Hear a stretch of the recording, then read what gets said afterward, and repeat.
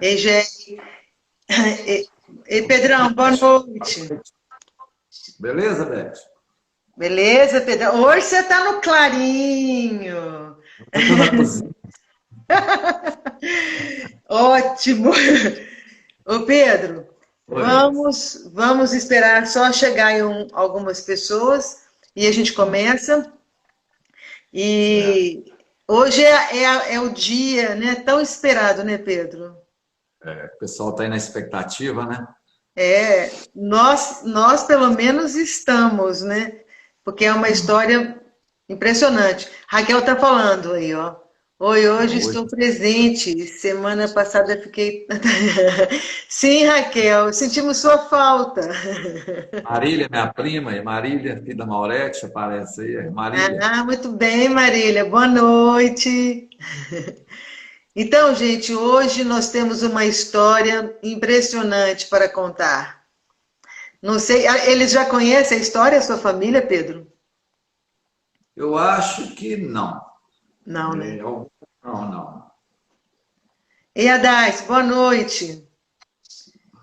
Vamos chegando, a turminha que gosta de história, turminha de Jequitibá. Aí a sua prima Marília está dando um ok Marília aí. está gostando dessa história, tá amando essa história. Olha, gente, então é o seguinte, hoje nós estávamos contando com a participação do senhor José Vitor. E, infelizmente, o senhor José Vitor é o autor do nosso livro, né? Jequitibá, uma saga, uma história. Então, o senhor José Vitor que viria nos contar esta história e, infelizmente, houve um contratempo e ele não pôde participar. Mas ele nos mandou o texto, um texto contando essa história. Então, e aí, Adás. Então, nós vamos fazer o quê? Vocês vão nos acompanhar, ok? O que a gente acha que é muito importante é a gente contar a história desse escravo. Que isso é um... E, aliás, está acontecendo essa história, esse momento que o país e o nosso planeta está passando, né? Onde ainda existe tanto preconceito, a gente não pode se esquecer nunca de histórias como essa, que aconteceu aqui na nossa cidade, né, em Jequitibá. Então, quem iria nos contar era o autor do livro, que não pôde comparecer, mas nos mandou um texto. E então nós vamos começar já a falar sobre a história do escravo Bruno Pardo. Pedro, vamos começar? Vamos lá. Então, o Zé Vitor nos mandou o texto, então a gente vai acompanhando dentro do texto que o José Vitor nos passou. Mas é muito importante a gente começar, né, Pedro, dizendo como que tudo isso começou, como é que essa história toda começou, Pedro? Ah, tá. Foi José Vitor que escreveu o livro, né? O José Bouzas, que são primos lá. O Bouzas é historiador lá em Sabará. E eles resolveram escrever um livro sobre a família. Aí foram lá no arquivo de Borba Gato para poder pesquisar. Quando chegou lá no arquivo, estavam as meninas que trabalham no arquivo de Borba Gato tendo um debate lá. Peraí, Pedro, em Sabará, né? Isso em Sabará, Ah, né? Sabará, porque esses documentos são lá do arquivo de Sabará. Aí as meninas estavam lá que trabalham no arquivo, estavam lá discutindo uma briga entre um escravo e seus patronos, coisa que ninguém nunca tinha visto falar. Aí José Vitor achou o Bozo, em vez de escrever o livro sobre a história da família deles, eles resolveram, gostaram do tema do escravo. Aí começaram a pegar, pegou os documentos, começou a ler, tiraram foto, levaram para ver, acharam muito interessante, né, que é uma briga judicial, aí começa a se interessar muito para escrever um livro sobre o Bruno. Aí procuraram. Então, eles foram pesquisar para contar a história da própria família. Chegaram lá, eles viram pessoas lendo um processo judicial onde era um escravo movendo uma ação contra o seu proprietário. E aí eles pegaram só o processo, acharam aquilo super curioso e aí resolveram perseguir essa história. Aí, em cima disso, eles procuraram, não acharam mais coisas, não terminou de encontrar o que eles queriam. Aí nunca tinha visto falar em Jequitibá. O que eles fizeram? Aí pesquisaram lá, falou, se é Fazenda Barra Jequitibá, é a cidade de Jequitibá, na beirada do Rio das Velhas. Então eles vieram, quando chegaram aqui em Jequitibá, eles foram no cartório, as meninas do cartório não conheciam ele, não deu o direito dele pesquisar. Ele foi na casa paroquial procurar documento lá na igreja, a casa estava fechada, aí tiveram a ideia de ir lá na prefeitura. Quando chegaram lá, encontraram a Aninha, por sorte deles, que a Aninha é casada com o filho de Cinéia Campelo. Aí a Aninha ligou para o marido estava na rua, ele mora a 7 quilômetros da cidade, levaram ele lá, pegou esse pessoal, levou na fazenda, conheceram o Cinéia Campelo, que era uma pessoa, era o autodidata da cidade, que conhecia muita história, e uma pessoa muito simpática, foram lá, visitaram ele falou sobre o padre João Marques, falou do patrimônio, onde ele mora, falou da Puquéria, que ele conhecia. Alguns personagens o Cinéia conhecia, mas ele nunca tinha visto falar do Bruno. Aí almoçaram lá com o Cinéia, gostaram dele, que o Cinéia contou muita poesia, que o Cinéia era fera nas poesias, contava muito caso. Ficaram encantados com a memória dele e com a pessoa dele, né? E falaram que ia voltar depois, mas eles não acharam a informação que eles queriam. Aí foram embora de novo, não encontraram o que eles queriam. Aí um belo dia eu fui na casa do Cinéia Campelo, que era muito meu amigo, sempre me cobrava para poder pesquisar os livros da igreja, do cartório. Aí ele falou, Pedro, você tem que conhecer o Zé Vitor e o Bouzas. Falou, como é que eu faço para encontrar eles? Eles são muito importantes porque eles conhecem, estão com muito documento sobre Jequitibá. Aí o que eu fiz? Aí eu liguei para o Zé Vitor, ele veio aqui na minha casa, marcamos, ele veio daí uns 4 dias na minha casa, começou a contar para mim e trouxe exatamente essa ação judicial. Ação judicial, e achei que ele tem muito interessante. Ele falou, eu vou poder, se eu puder ajudar, aí comecei.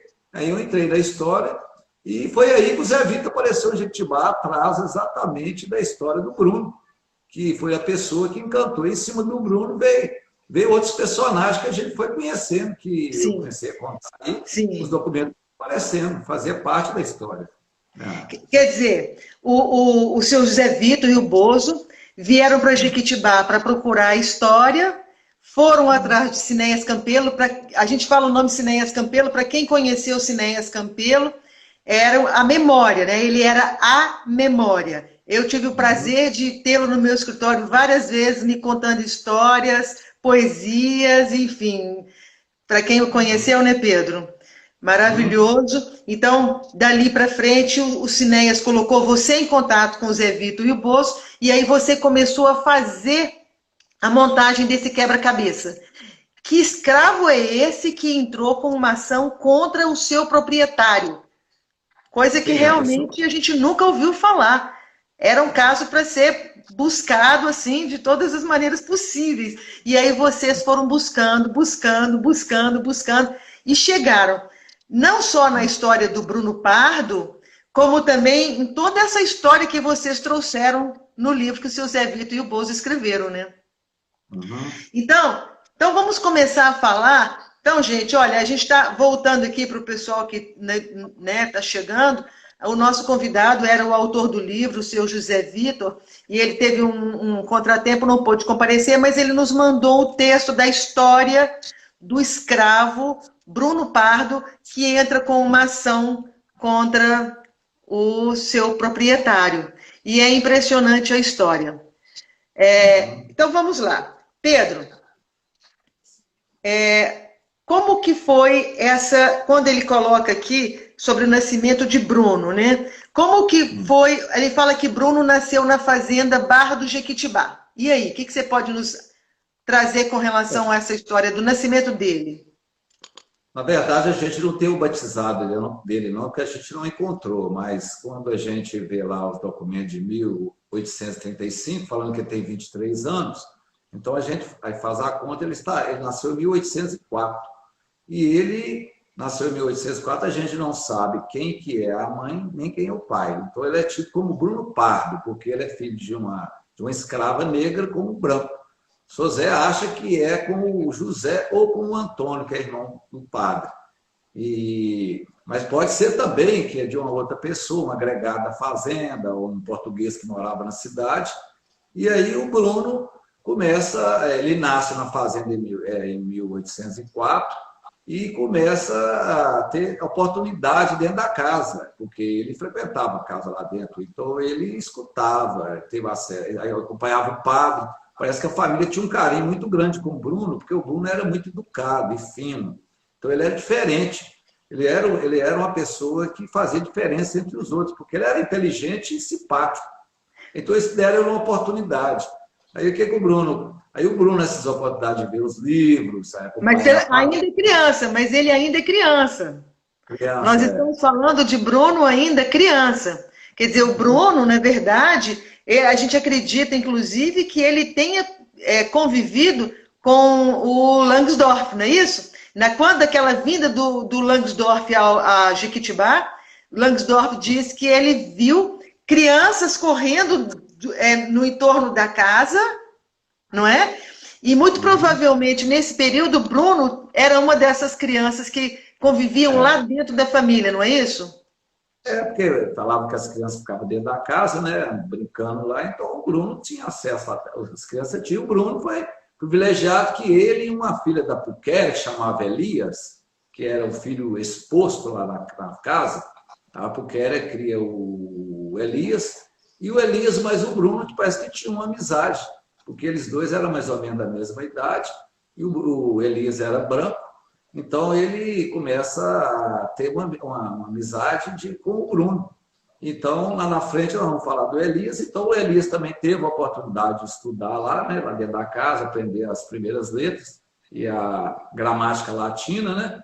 E com isso, foi se desenvolvendo. O Bruno, quando chegou a uma certa idade, por exemplo, ele viu a ponte começou a ser feita em 1808. E nessa oportunidade o Bruno estava com 4 anos. Então a ponte foi terminada em 1810. E o Bruno parece que ter uma simpatia também com capitaria, passou a ser capiteiro. E começou ali, deve ter sido uma noção de capitaria, de carpinteiro. Aí na frente ele fala, na profissão dele, que ele era carpinteiro. Que era uma profissão muito valorizada na época, né? O escravo que era carpinteiro. O Zé Bozo, se a gente for seguir aqui o que o Zé Bozo, o que o Zé Vitor mandou para nós, para que ele ia contar a história, mas a gente está contando aqui, né? Mas o que ele tem aqui uma relação, né? Ele fala que os escravos que trabalhavam na casa recebiam um tratamento melhor e que em alguns casos eram ficavam mais próximos da família. É o que eles chamavam de ladinos, né? E que falavam português e tinham algumas habilidades de tarefas domésticas, né? Eles eram chamados de... Não, na verdade ele fala que os escravos, os que trabalhavam em casa e aprendiam português e estavam sendo alfabetizados, eram os ladinos, e os escravos que estavam chegando da África, ele coloca que eram chamados boçais. E eu fiquei muito revoltada com essa história de como que o branco vai lá, escraviza e chama um escravo que foi tirado lá da África, muitas vezes reis, né? Pessoas assim que viviam lá na sua terra, tiravam eles de lá, colocavam aqui e ainda chegavam aqui e chamavam eles de boçais. Eu fiquei revoltada com isso. E aí eu fui ver o que significa essa palavra boçal, né? E aí, quando eu fui olhar, aqui fala que há quem considere boçal uma palavra de origem racista, Pedro. A gente estava falando sobre isso, né? Racista. Há quem considere boçal uma palavra racista e escravocrata, mas a história não é bem essa, Pedro. O vocábulo teve largo emprego em referência a escravos para qualificar aqueles que recém tinham chegado da África e ainda não falavam português. Mas a palavra é anterior ao uso Ataúzi e ela sobreviveu, ela é anterior à palavra boçal. Não, a gente fica imaginando assim, que não cabia, mas sim, tem tudo a ver. E, então, ele diz também que o crioulo, chamava-se crioulo, escravo nascido no Brasil, e geralmente eles davam preferência aos mulatos e aos pardos para as tarefas domésticas artesanais e de supervisão, deixando os de cor mais escura, geralmente os africanos, para trabalharem nos serviços mais árduos. Lavoura, né? Na Mineração, lavoura, lavoura. né? Quais eram esses serviços mais árduos na fazenda? Só lavoura? Tinham outros serviços também. Uhum. Certo. Bem, aí, só que o Bruno, ele foi apadrinhado, ele traz aqui que o Bruno foi apadrinhado pelo padre João Marques. Então, desde cedo, o Bruno era um personagem que, inclusive, frequentava a igreja e ajudava o padre na igreja, não é isso? Aprendia como que funcionava todo o esquema da missa, né? Arrumar as coisas, né? Toalhas, os castiçais, aquelas coisas, né? Que ele aprendeu lá dentro, portanto, o padre queria, quando viu o entusiasmo dele, a inteligência, até pensou em patrocinar para ele a formatura dele, né? Para ser ordenado padre, ele pensou nisso, né? Porque ele tinha uma habilidade muito boa, ele era muito inteligente lá na época, né? Ele ajudava na celebração. Agora, depois disso, ele foi aprendendo um ofício que chamava o ofício do carapina, é isso? E ele começou a aprender isso a partir do momento que a ponte foi construída. Como é que é isso, Pedro? Você sabe falar um pouquinho para a gente? Porque na época veio uns carpinteiros lá de Sabará, entre eles um tal de João Coelho da Silva, que era um carpinteiro profissional, né? Esse João veio aí para poder ensinar, não, para trabalhar na ponte. Com o conhecimento que ele tinha, ele passou isso para alguns escravos. E ele acredita que o Bruno ajudou lá a servir alguma coisa lá, como criança, na época ele tinha seus 7, 8 anos, com curiosidade, né? Vendo aquela obra sendo feita no Rio. Ele achou interessante e deve ter participado lá, carregando alguma coisa. E com isso ele criou o interesse da carpintaria, né? E aí ele foi crescendo lá dentro da fazenda e foi pegando essa habilidade que ele não sabia que ele tinha. E ele ficou lá reformando os bicames, que era feito de madeira, as rodas lá roda d'água, reforma nas casas, né? Que eles tinham muita casa lá de agregados, casa de comércio dentro da cidade. Então, o Bruno passou a fazer esse papel importante e foi crescendo dentro da fazenda como carpinteiro. E foi criando uma simpatia, ele foi se valorizando, porque, na verdade, um carpinteiro dos escravos era o mais valorizado, tinha um valor muito grande o escravo que conhecia de madeira, porque era obra de arte, né? E o Bruno conseguiu aprender a fazer isso.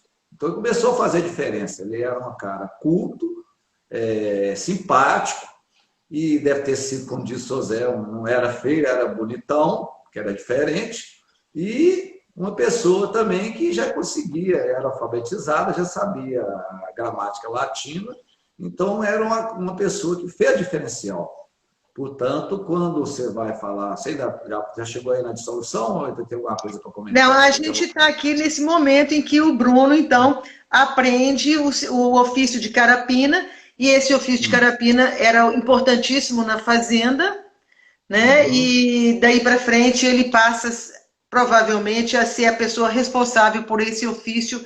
Quer dizer, ele aprendeu quando a ponte foi feita, e aí ele se tornou o ofício dele, a profissão dele acabou sendo de carapina dentro da fazenda, e o que o valorizou bastante. Ele acabou também sendo valorizado, né?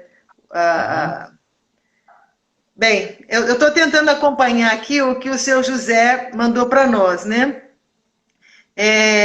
Então, bem, só que no ano... Então chega um momento que há a dissolução da sociedade, da família. Há a dissolução da sociedade. Então, vamos lá. o Bruno, só para a gente esclarecer, o escravo Bruno, ele pertencia a um dos irmãos do João Marques. É do Antônio, não é isso? É. O Antônio, na verdade, parece que comenta-se um documento que a gente achou que o Antônio, quando ele começou a ficar com problema de cabeça, tinha dois escravos que ficavam com ele, um de dia e um à noite, porque era uma loucura total.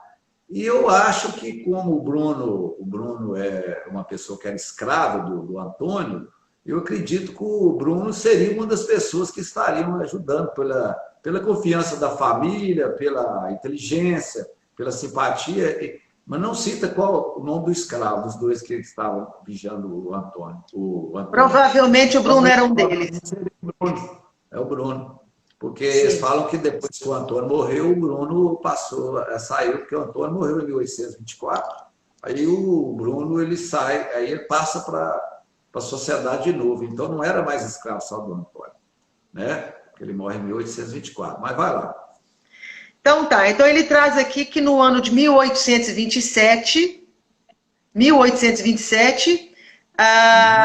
a dissolução da sociedade e entre Pulquer e seu irmão Padre João Marques, parecendo não haver mais nenhum problema entre as partes, e Bruno está incluso na relação de escravos que foram utilizados como parte de pagamento, somando um total de 20 escravos que a Pulquéria teria recebido na dissolução da sociedade, né? Sendo todos avaliados em 2 contos, 503 mil réis.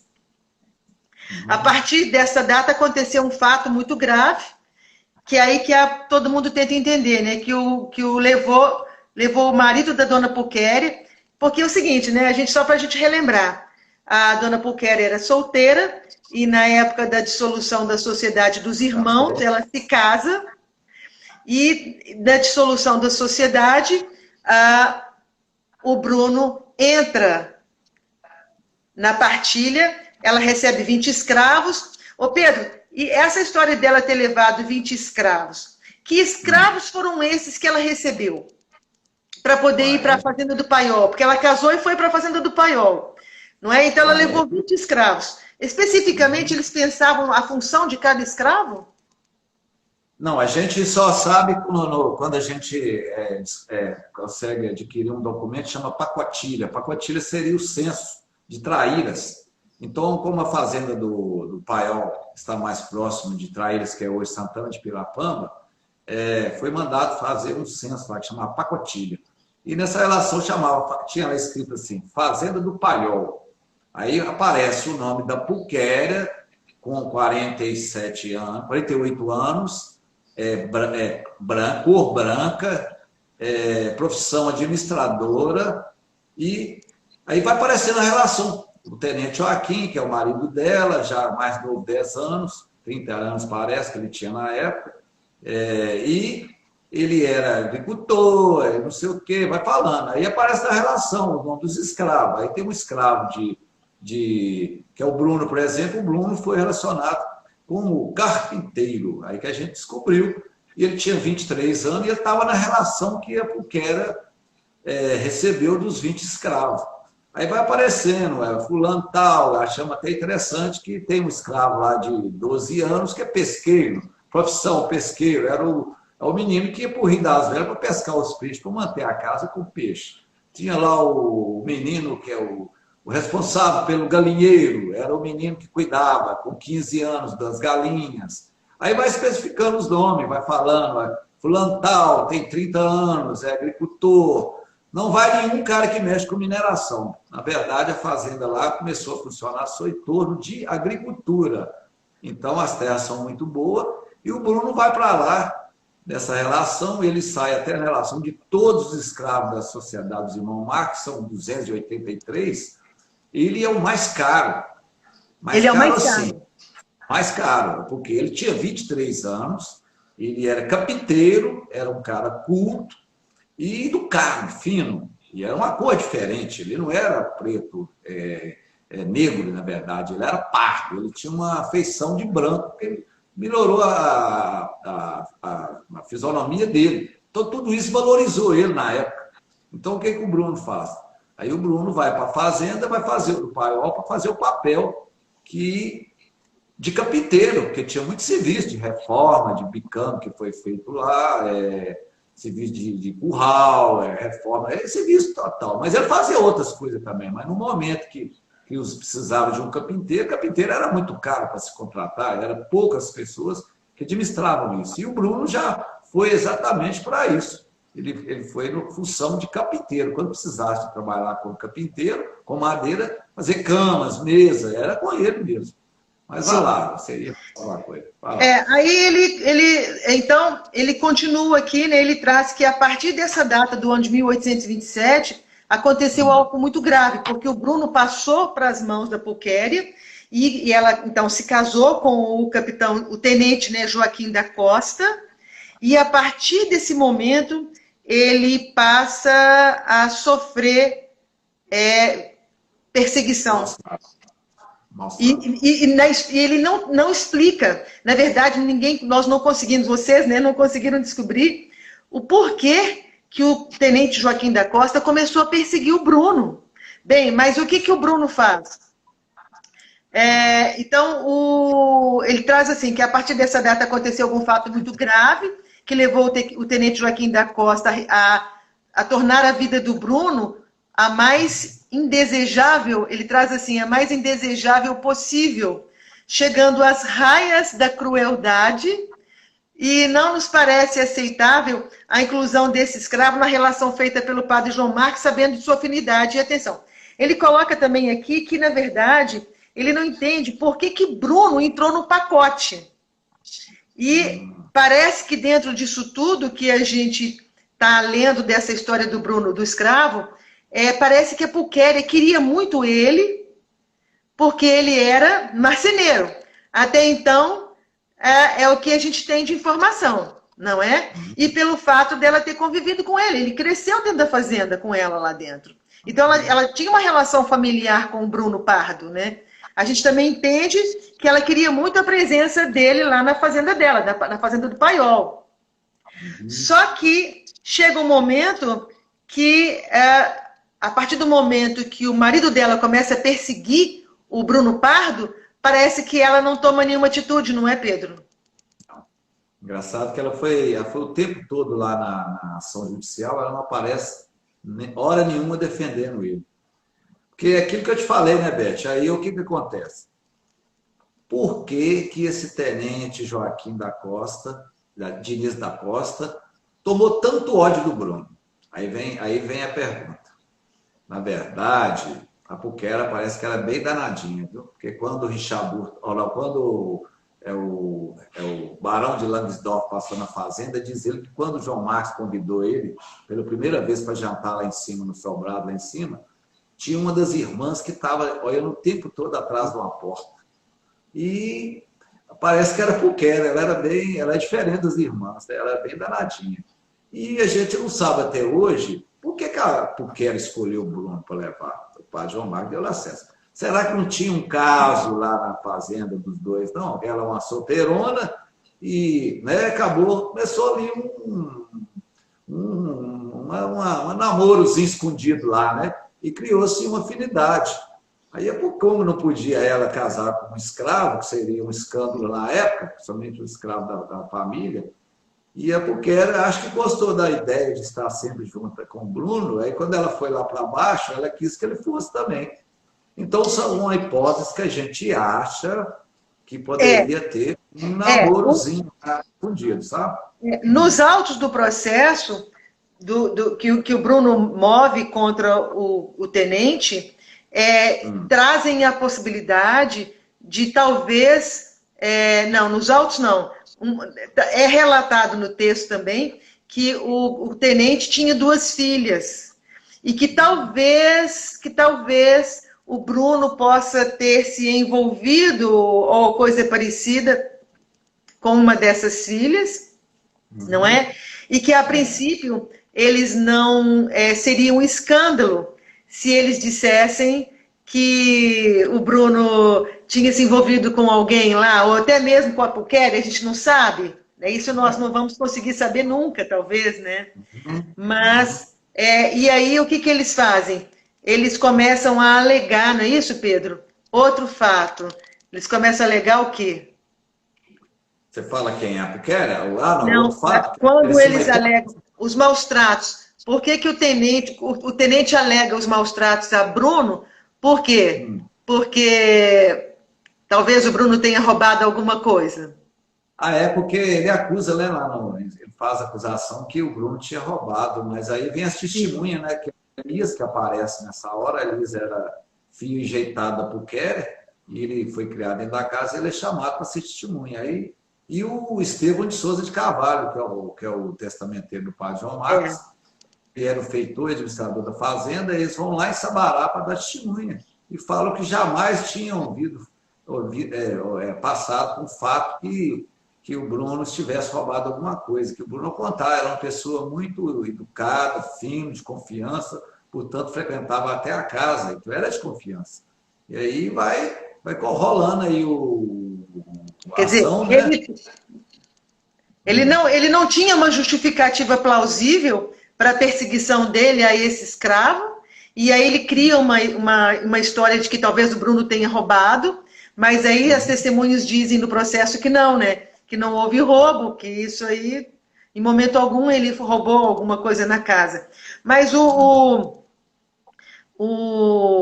seu José Vitor, ele traz aqui também no texto dele, acho que a gente se adiantou um pouco, mas é muito importante a gente deixar isso aqui claro. Ele alega que, então, antes disso tudo, né, a Puquéria vai para a fazenda e aí ela leva os escravos, e é muito interessante trazer isso também para a história, né? A distância da sede daqui do Jequitibá, ele coloca assim, vamos lá, Bruno é levado definitivamente para a fazenda do Paiol, distante da sede do Jequitibá, por uma tortuosa estrada de terra mal conservada, verdadeiro caminho de carro de boi, só que ele coloca que é em cerca de 70 quilômetros. 70 quilômetros hoje, né, que a estrada está asfaltada e tudo mais, mas você acha que eram quantos quilômetros aqui na fazenda do Paiol? Na verdade, aqui em Santana de Pirapamba, dá 40 quilômetros. Aí você desce beirando o rio e vai andar mais 35 quilômetros para sair na fazenda do Paiol. Seria de Traíras lá 35 quilômetros. Daria 75 quilômetros. Mas só que, na verdade, a estrada na época, ela não é essa estrada que a gente conhece. Ela era uma estrada que acompanhava o Rio das Velhas. Então, o Rio das Velhas dá muita volta. Então, eu calculo mais ou menos 120 quilômetros. Seria 2 dias e meio de viagem a cavalo para poder chegar na fazenda do Paiol. Então, na verdade, é uma distância muito grande. Não é só 70. 70 seria hoje, né? Que é Sim. quando a gente vai lá, mediu, dá os 75 quilômetros de Jequitibá. Mas Sim. vai lá.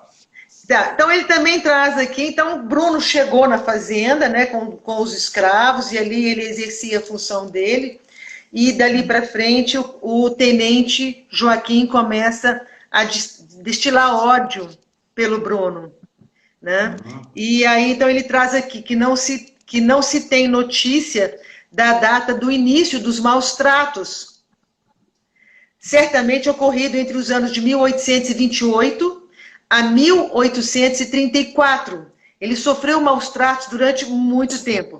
Mas Bruno relata em sua denúncia na ação judicial que o tenente concedeu-lhe tal ódio que o tratava com crueldade desumana, se viciando-o com pancadas, trazendo-o continuamente em ferros, correntes, tronco de campanha e até o quis pôr na agonia, de que escapou por estar presente naquele momento o vigário Leonel de Abreu e Lima. E eu fiquei imaginando o que mais esse homem poderia fazer com o Bruno.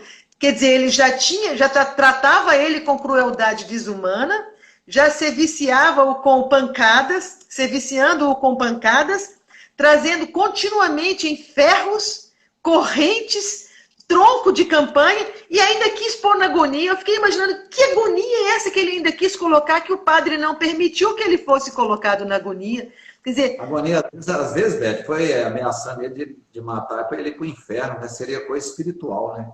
Que é o padre ainda falar, isso eu já não aceito, né? Você pode... usar a violência no corpo dele, mas na alma você não mexe. Talvez seria isso, né? Tem um momento que o Bruno fala, né? Que ele quis, que ele chegou, inclusive, a ameaçá-lo de cortar as pernas dele, né? Que ele não teria pernas nem para poder buscar um alimento. Talvez fosse essa a agonia, né? Na verdade, tem um parente da Puquéria que chama, ele era capitão da região, que chamava Francisco Soares de Liboreiro. Essa família Liboreiro que está aí até hoje na região, seriam parentes da Maria Doroteia. Então, ele, quando a Puquéria vai lá para a fazenda, eles foram para lá também para ficar próximo, para trabalhar em parceria. E ele era o capitão, tipo assim, um delegado da região de Traíras, daquela região. Aí ele que viu os fatos, pediu o tenente Joaquim para não fazer isso, mas ele não tinha autoridade sobre o tenente, porque o Bruno era um bem de raiz da família, não podia interferir.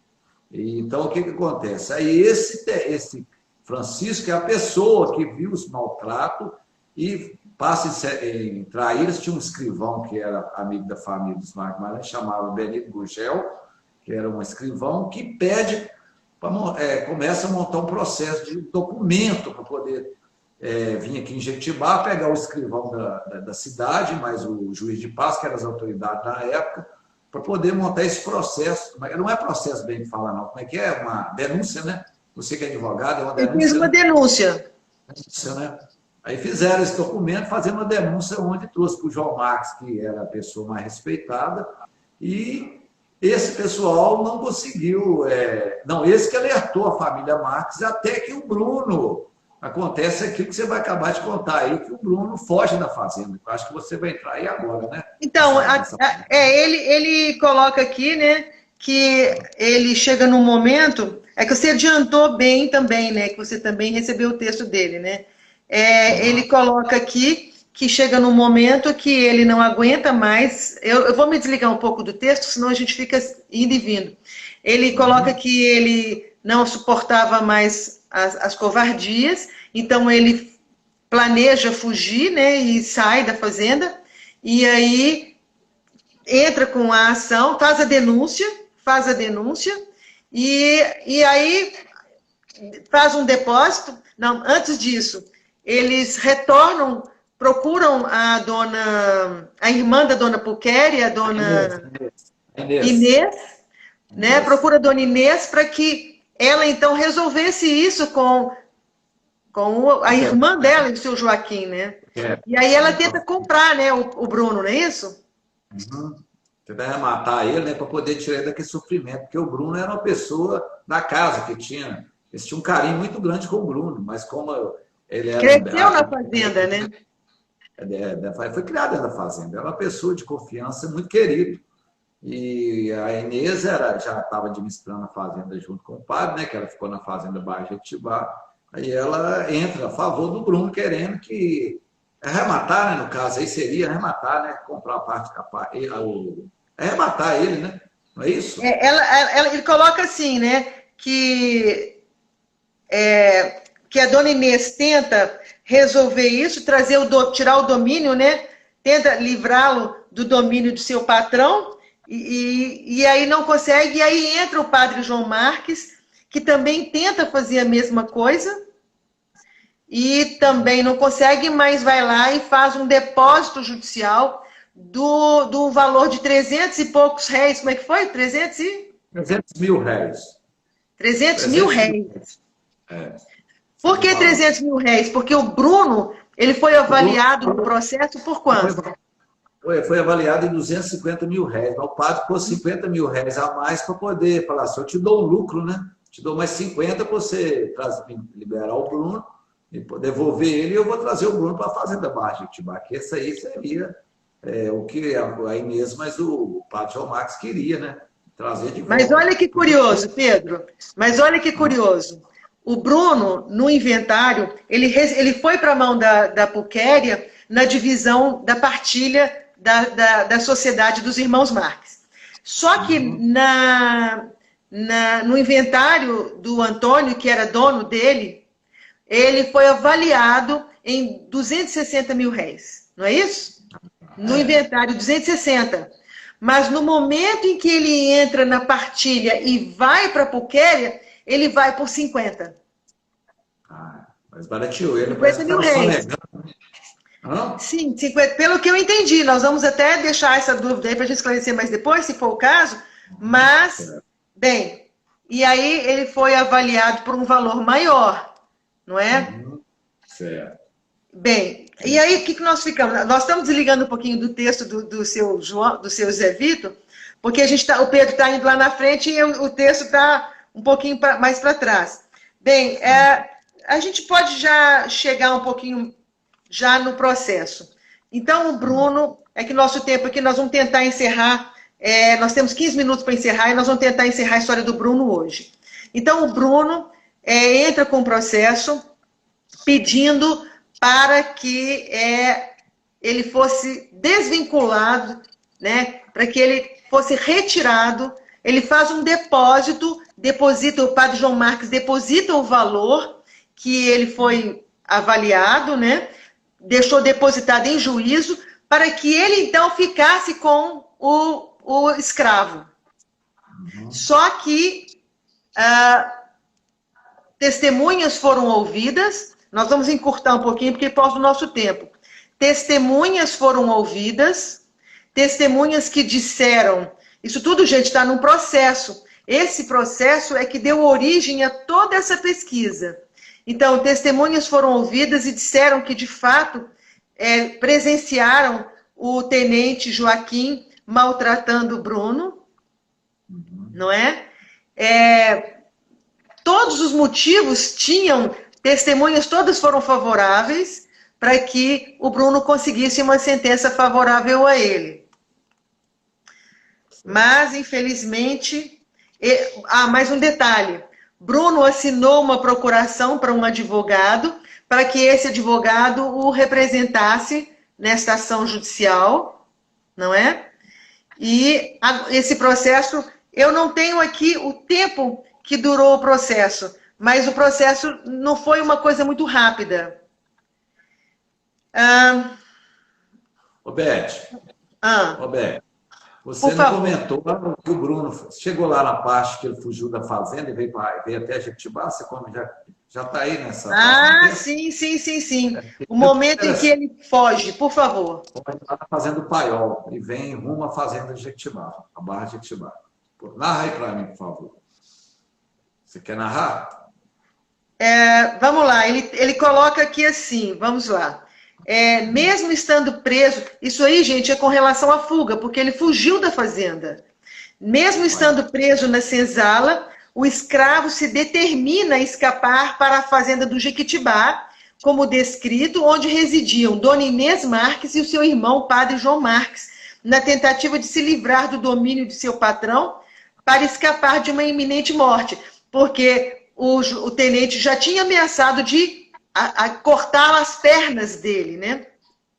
É necessário notar-se que há uma distância muito grande entre as duas fazendas, a do Jequitibá e do Paiol, onde ele estava. E que é de aproximadamente, hoje o Pedro já traz aí que o percurso que ele fez, beirando o Rio das Velhas, ele deve ter percorrido aí uns 120 quilômetros, não é isso, Pedro? À época. Por isso fica difícil, ele traz aqui, por isso fica difícil imaginar como que esse escravo conseguiu fazer esse percurso, como o Bruno conseguiu fazer esse percurso, estando com a citada grossa corrente no pescoço. Ele tinha uma corrente grossa no pescoço, pesada, embrenhando pelas matas adjacentes ao rio, que era a sua referência para chegar em Jequitibá.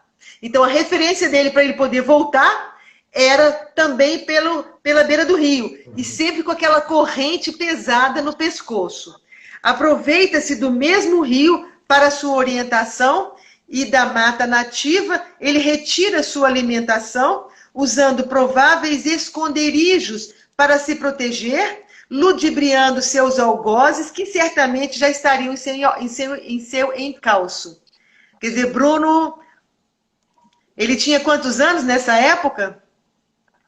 20? Não, 23, 20, não. Ele é de 1804, né? 1804 ou 1835, daria o quê? 20... 21? 26 anos. 26 anos? 26 anos, 25, 26 Então anos. ele fala aqui que essa caminhada deve ter durado, imagina você sem comer, fugindo, apavorado, com uma corrente amarrada no pescoço. Essa caminhada deve ter durado por volta de 1 a 2 semanas no meio do mato. De 1 a 2 semanas.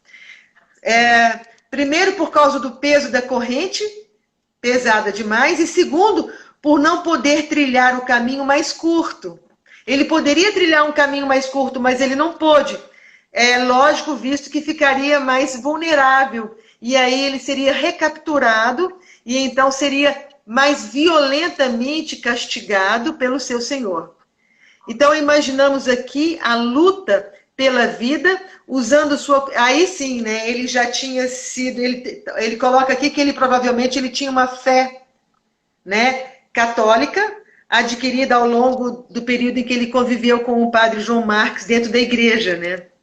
Ali aprendendo com o padre. E, então ele venceu esse período e chega em estado lastimável, ferido, maltratado, e encontra aí sim, nesse momento, nós tínhamos nos adiantado, e nesse momento ele encontra Dona Inês, né? E o padre João Marques, que não aceitam aquela história e tentam modificar, mas infelizmente não conseguem, né? Então o padre, ele coloca que o padre João Marques então aparece e talvez sem antes repetir a atitude da Dona Maria Inês, ele tenta também resgatar o menino e passa a ser o mentor da ação judicial do Bruno. É ele quem contrata os advogados para defender esse escravo. Na verdade, pode falar. Pode falar. Na verdade, pode falar. importante você falar, o dia que o Bruno apareceu no terreiro da fazenda, igual você falou, no estado lastimável, logo depois, em questão não foi uma coincidência muito grande, que questão de horas, poucas horas, o tenente Joaquim aparece com alguns capitão lá do mato que trabalhava com ele, né? Não é bem capitão do mato, porque capitão do mato parece que você tinha de receber esse título. Aí ele fala que se ele tivesse o poder de ser um capitão do mato, ele mataria o Bruno. Mas como ele não era capitão do mato, ele não teve esse poder de fazer isso. Então, aí o Bruno fica aí na fazenda. Aí como é que corre isso aí agora? Como é que está aí o que o seu Zé falou, para eu poder tentar ajudar aí? Não? Bem, nesse momento, ele só traz, então, que tanto Estevão de Souza quanto Elias fazem menção no processo a um furto que teria sido cometido pelo Bruno. Quer dizer, muito provavelmente o tenente Joaquim trouxe a história de que Bruno teria roubado e por isso ele sofria maus tratos, não é? Então, eles alegam o seguinte, ambos dizem saber que o escravo não furtou, nem cometeu crime algum ao seu patrão. Achamos que para encontrar uma acusação que pudesse justificar a sua atitude, foi criada alguma cena de roubo, com alguma testemunha forjada, ainda tem isso, imaginando que a história de assédio poderia ter repercussão negativa na família, o que não interessava a ele. Quer dizer, ele passou a perseguir Bruno por algum tipo que a gente imagina que tenha sido algum assédio, ou as filhas, ou a dona Puquéria. A gente nem sabe se com dona Puquéria teria sido um assédio, alguma coisa contrariou extremamente o tenente Joaquim, e eu fico imaginando aqui, se dona Puquéria conviveu com o Bruno na fazenda, quis que ele a acompanhasse para a fazenda do Paiol, por que ela não defende Bruno em momento algum nos autos, em momento algum em lugar nenhum, aparece a defesa de Puquéria. E eu fico imaginando nessa época, quando ela se cala e ele ataca, se não teria sido, em vez de assédio, como é sugerido aqui, as filhas do tenente, se não teria sido alguma coisa com relação a Puquéria. Na verdade, o tenente Joaquim tinha duas filhas, ele não sabe quem que é a mãe, né? Porque quando a Puquéria casou com o tenente Joaquim, ele já tinha duas filhas, a Bernarda e a Joaquina. E elas moravam lá na fazenda do Paiol. E pode ser que a gente supôs, né, que poderá também ter tido um caso do Tenente Joaquim pegado alguma cena lá que ele não gostou, com uma das filhas dele, né? Ou ele pegou alguma cena com a Puquera, que a gente não sabe também, né? Que ele não fala isso, é claro. E também o Tenente Joaquim, às vezes, tinha uma certa antipatia do Bruno, porque o Bruno era um cara muito fino, um cara culto. Às vezes a Puquera sempre procurava ele para resolver algum problema burocrático lá. E, na verdade, o Tenente Joaquim, quando parece que era um ignorante, lá na lista da pacotilha lá, que aparece como um agricultor. Então, ele não era um administrador, então era um agricultor, era um fazendeiro ignorante. Ele nem sabia ler. Então, aquilo gerou um ciúme também, porque, na verdade, a Puquera já era uma mulher também mais culta, porque teve condição de estudar, e o Bruno começa a conversar mais com o Bruno, sentar na mesa para trocar ideias. E o Tenente Joaquim deve ter criado também algum ciúme, a gente não sabe. Criou-se um motivo muito grave para ele tomar tanto ódio que ele tomou do Bruno. Então, são hipóteses que a gente faz, que a gente colocou lá, né? Ou ele teve um caso com as filhas do tenente, né, que é a Bernarda mais a Joaquina, ou teve algum caso com a Puquera, ou então ele tinha um ódio, porque o Bruno era mais culto. Então, criou-se um ódio. Então, são hipóteses que a gente coloca no ar, mas, na verdade, a gente não sabe o porquê que isso aconteceu. Né? Pedro, nós estamos a 2 minutos para encerrar a nossa live. Então, eu vou só te falar uma coisa aqui, dá licença aqui, só um minuto. Pode falar. Na fazenda nunca teve, você me perguntou uma vez se na fazenda tinha caso de levar no tronco, de couro. Nunca teve com o pai nem com o João Marcos, da Sociedade dos Irmãos. Mas, incrível que pareça, quando os escravos saem da fazenda, que entra alguém diferente na família, porque isso não era tradição da família, fazer o que fizeram, que o Tenente Joaquim fez.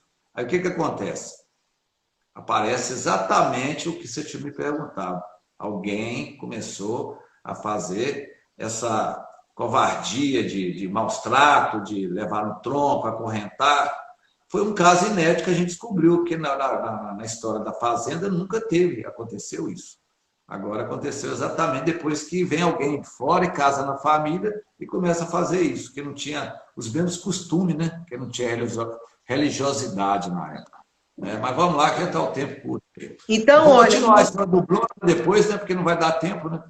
Nós vamos ter que encerrar, senão a live vai cair e a gente não vai conseguir salvar. Então, gente, olha, a gente quer agradecer. A gente começou, na verdade, a gente só não contou aqui o resultado do processo e o que aconteceu com o Bruno, né? Então, nós vamos deixar para continuar na semana que vem, para vocês saberem que depois de tudo isso, o que aconteceu com o Bruno, ok? Certo. A gente agradece muito, Pedro. Muito obrigado. Eu vou desligar antes que a gente perca a nossa live.